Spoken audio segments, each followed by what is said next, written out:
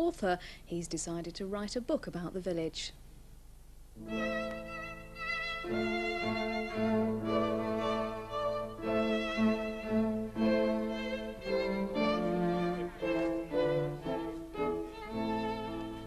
Nestling in the heart of rural Leicestershire is the tiny village of Wistow. At the heart of the community are picturesque shops, canal boats run through the centre, and the Red Lion caters for thirsty locals. But this is no ordinary village.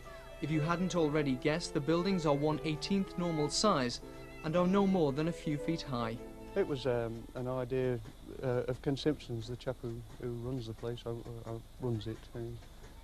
I bought some cottages up to show him one day because I was selling them at the time. He said he came up with the idea of building a village to make a better presentation, and I think his idea originally, and still is, something for the people to come up and see. Mallory spent the last 2 years painstakingly creating the setting.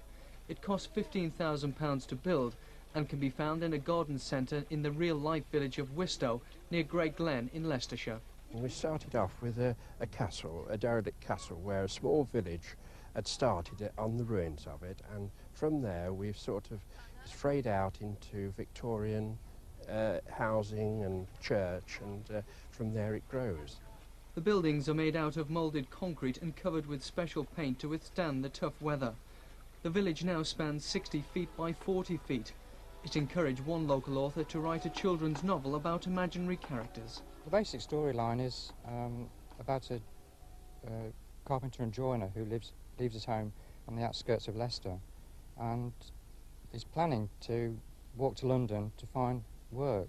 And his first night's stop is Market Harbour, and he cuts across the fields and he comes out actually at the village, and the story really evolves from there, all the different characters that he meets in the village.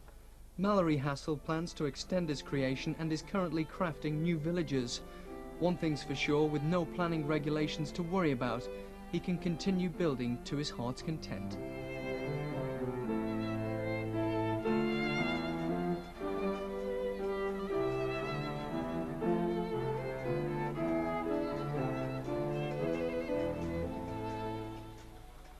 And no exhaust fumes or black widow spiders either. We're taking